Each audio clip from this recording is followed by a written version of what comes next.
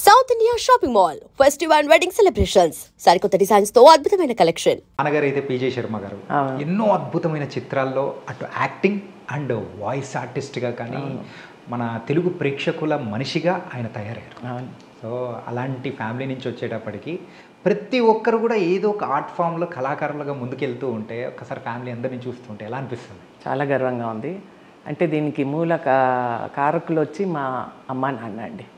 అమ్మకైతే అసలు apart from studies చదువుతో పాటు ఒక ఆర్ట్ ఫామ్ అనేది తప్పకుండా నేర్పియాలి పిల్లలకి అనేది ఆవిడకి ఒక లక్ష్యంలా పెట్టుకొని అది ఫస్ట్ చిన్నప్పటి నుంచి అందరినీ ఒక ఆర్ట్ ఫామ్లో వేశారు అమ్మ.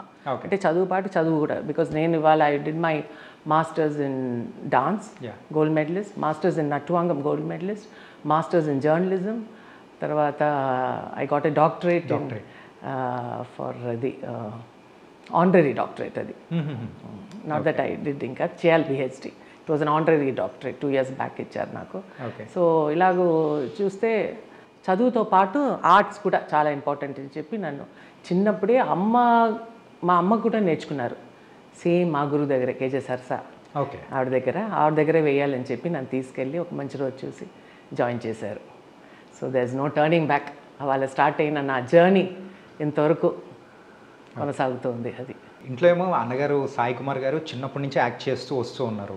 అంటే నాన్నగారు ఆల్రెడీ యాక్టింగ్లో ఉన్నారు, వాయిస్ ఆర్టిస్ట్గా ముందుకెళ్తూనే ఉన్నారు. అంటే ఒక సినిమా వాతావరణం అనేది కూడా ఇంట్లో ఉండేదా? ఉండేది కానీ అంటే ఎప్పుడు నాన్నగారైనా సాయి అయినా సినిమా ఏది అంటే షూటింగ్ వరకు ఉండేది. ఇంటికి వస్తే మళ్ళీ ఫ్యామిలీ, మేమంతా ఒక ఫ్యామిలీగా ఉండేది, అలా ఉండేది. బట్ సినిమా డిస్కషన్స్, యాక్టింగ్ వాళ్ళు ఏం చేసేవారు అంతా కూడా వచ్చి మాకు షేర్ చేసేవారు. సో ఒక చాలా ఇంట్రెస్టింగ్గా ఉండేది చిన్నప్పటి నుంచి. అది నాన్నగారు కూడా యాజ్ అ డబ్బింగ్ ఆర్టిస్ట్ మీకు తెలిసే ఉంటుంది, చాలా కంఠం లైక్ సూపర్ వాయిస్. అదే జీన్స్ అందరికీ వచ్చింది. ఇన్ఫ్యాక్ట్ నేను వచ్చి ఇప్పుడు డాన్స్కి నటవాంగం చేస్తాను.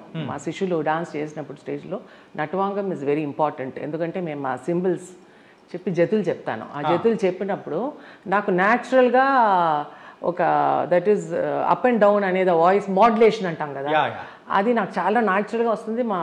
అందరూ వచ్చి అంటారు డాన్స్ చూడాలా, మీ నటవంగం చూడాలా అనే ఆడియన్స్ నుంచి నాకు ఆ రెసిప్రొకేషన్ వస్తుంది. ఎందుకంటే అది ఐ ఫీల్ థ్యాంక్స్ టు నాన్నగారు మళ్ళీ. ఎందుకంటే ఇది ఎవరు నేర్పిలే నాకు. ఇప్పుడు నటవాగంటే నేర్పిస్తారు టీచర్ దగ్గర, మనం వెళ్ళి నేర్చుకుంటాం. కానీ వాయిస్ మాడ్యులేషన్ అనేది నాకు న్యాచురల్గానే వచ్చింది. అది ఒక జతి చెప్తూ ఉంటే డూయింగ్ దట్ అది so I think all thanks to నాన్నగారు. మళ్ళీ సాయికి ఉంది, రవి మీకు తెలుసు ఫేమస్, అయ్యప్ప, అందరూ. So all of us are gifted అండి. అదే ఇంకేం చెప్పలేను.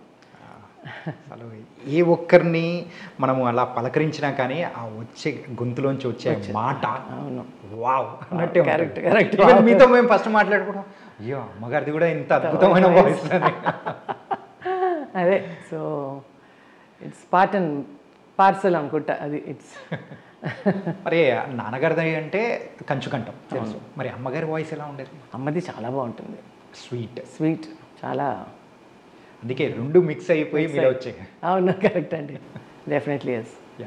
అండ్ ఆ జతులు చెప్పేటప్పుడు ఒక్కసారి మా కోసం ఏమన్నా కానీ ఒక జతి చెప్తారు.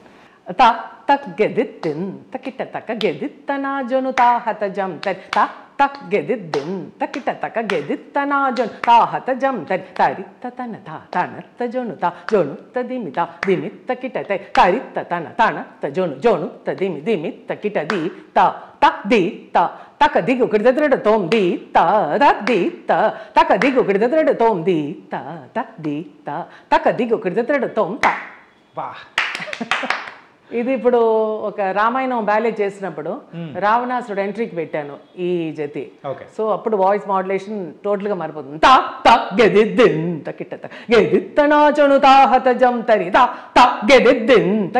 సో రావణాసుడికి ఆ ఎంట్రీ అది చూస్తే నా స్టూడెంట్కి ఒక స్మాల్ బేబీ బాయ్ అంటే ఒక 3-4 years వాటిలో he jumped out of the chair రావణాసుడు ఎంట్రీ అయినప్పుడు నా ఆ వాయిస్ నడుచుకొని అది. సో అది కానీ ఆ వాయిస్ రాగానే ఖచ్చితంగా ఆ పిల్లోడు ఉలికి పడడంలో తప్పే లేదనిపిస్తుంది.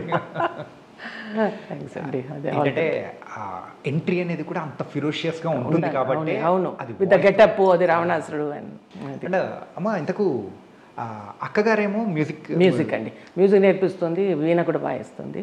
She is very good painter also. Okay, she does painting. కానీ మీ యొక్క అభిరుచి మాత్రం డాన్స్ సైడ్ పోవడానికి గల రీజన్ ఏంటి అసలు? అంటే చిన్నప్పుడు అమ్మ మా హారోస్కోప్లో ఏదో చూపించినప్పుడు నేను యాక్చువల్లీ బేసిక్లీ నేను అక్క మ్యూజికే స్టార్ట్ చేశారు అమ్మ మా ఇద్దరికి. ఓకే, అప్పుడు ఆయన చలపతిరావు గారని ఒక అస్ట్రాలజర్, ఆయన చెప్పారట నా జాతకం చూసి అమ్మాయికి ఫుట్ చాలా స్ట్రాంగ్గా ఉంది, సో మీరు డ్యాన్స్లో వేయండి, షీల్ డూ వెరీ వెల్ అన్నప్పుడు అమ్మ తీసుకెళ్ళి నన్ను మంచి రోజు చూసి మా గురువు గారైన కేజే సరస్వతి దగ్గర జాయిన్ చేశారు. నేను సైమల్టేనియస్గా కూచిపూడి కూడా నేర్చుకున్నాను. మన డాక్టర్ వెంపటి చిన్న సత్యం, వరల్డ్ రినౌండ్ ఫేమస్ గురు, ఆయన అప్పుడు టీ నగర్లోనే ఉండేవారు పనగల్ పార్క్లో. అక్కడ వెళ్ళి మార్నింగ్స్ ఇక్కడ ఈవినింగ్స్ అలా బ్యాలెన్స్ చేసి రెండు నేర్చుకున్నాను.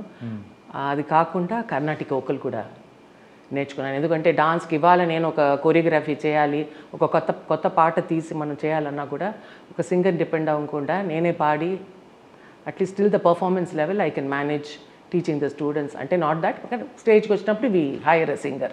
ఓకే, అంతవరకు ఐ కెన్ ఇది. So Carnatic vocal also is very important. Next generation ఎవరైనా నేర్చుకోవాలి డాన్స్ అంటే music is an integral part అండి. They are inseparable, music and dance. అది ఏ ఇయర్లో స్టార్ట్ చేశారు? నేను almost when I was 9 or 10 అండి. 9 or 10 అంటే 80sలోనా అమ్మా? 80sలో మొదలెట్టారు, అప్పటి నుంచి నో టర్నింగ్ బ్యాక్. పాదం ఆగలేదు, చేతులు కూడా ఆగలేదు. ఓకే, చేసి భరతనాట్యం అరంగేట్రం ఫస్ట్ నా గజ్జ పూజ అమ్మ చిదంబరం నటరాజ స్వామి దగ్గర వేడుకున్నారు. ఓకే, అక్కడ వెళ్ళి స్పెషల్గా పూజలు చేయించి గజ్జ పూజ అక్కడ జరిగింది. తర్వాత ఇక్కడ ఆర్ఆర్ సభలో ప్రొఫెసర్ సుధారాణి రఘుపతి చాలా పెద్ద డాన్స్ గురు, ఆవిడ మన శ్రీప్రియ అని యాక్ట్రెస్ ఉండేది, వాళ్ళ ఫాదర్ పక్రిస్వామి పుల్లయ్య అని, ఆయన ట్రెడిషనల్ డాన్స్ ఫ్యామిలీలో ఆయన ఒక చీఫ్ గెస్ట్గా వచ్చి నన్ను ఆశీర్వదించి అది అరంగేట్రం అయింది. దాని తర్వాత చాలా performances in and around Tamil Nadu, Andhra అన్నీ ఇచ్చాను. తర్వాత మ్యారేజ్ అయి 91లో హైదరాబాద్ మూవ్ అయ్యా మై హస్బెండ్ జాబ్ వల్ల. అక్కడ వెళ్ళినప్పుడు ఇక్కడ కూచిపూడి నేర్చుకున్నాను కాబట్టి ఇక్కడ ఎక్కువ నేను భరతనాట్యం ఫోకస్ చేశాను, ఎందుకంటే టైం లేదు రెండుకి, అండ్ ఐ ఆల్సో స్టడీడ్ కాబట్టి. అక్కడ శోభనాయుడు దగ్గర వెళ్ళి మేడంతో చాలా మోర్ దెన్ 500 ప్రోగ్రామ్స్ ఇచ్చాను ఆల్ ఓవర్ ఆంధ్ర అండి, ఇంకా అండ్ నేషనల్ ఫెస్టివల్స్.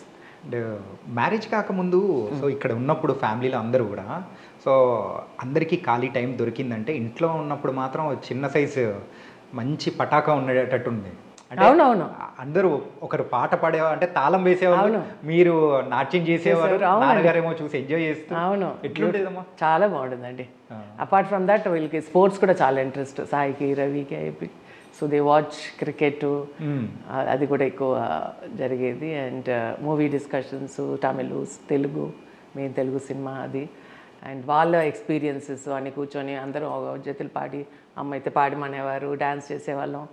అలాగ చాలా సరదాగా టైం దొరికినప్పుడు all of us use to ఇది. అండ్ సాయికి చిన్నప్పటి నుంచి ఆ ఇంట్రెస్ట్ ఉండేది. సో చిన్నప్పటి నుంచి మాకు ఒక కాలనీ ఉండేది తెనంపేటలో, అక్కడ మేమంతా కలిసి ఎవ్రీ సండే కాలనీ పిల్లల్ని చేర్చి స్కిట్స్ చేయడం. నేను సాయి వచ్చి మోహిని భస్మాసురుడు చేస్తాం, తను భస్మాసురుడు, నేను మోహిని, మేమే కొరియోగ్రాఫ్ చేసుకొని చిన్నప్పుడు అది చిన్న చిన్న స్కిట్స్, పాటలు. తర్వాత మన గ్రేటెస్ట్ తెలుగు కమెడియన్ రాజ్బాబు గారు బర్త్డే సెలబ్రేషన్స్ ఇక్కడ వాణిమహల్లో చాలా గ్రాండ్గా జరిగేది. అక్కడ నేను మా అక్క రెగ్యులర్గా పాడేవాళ్ళం.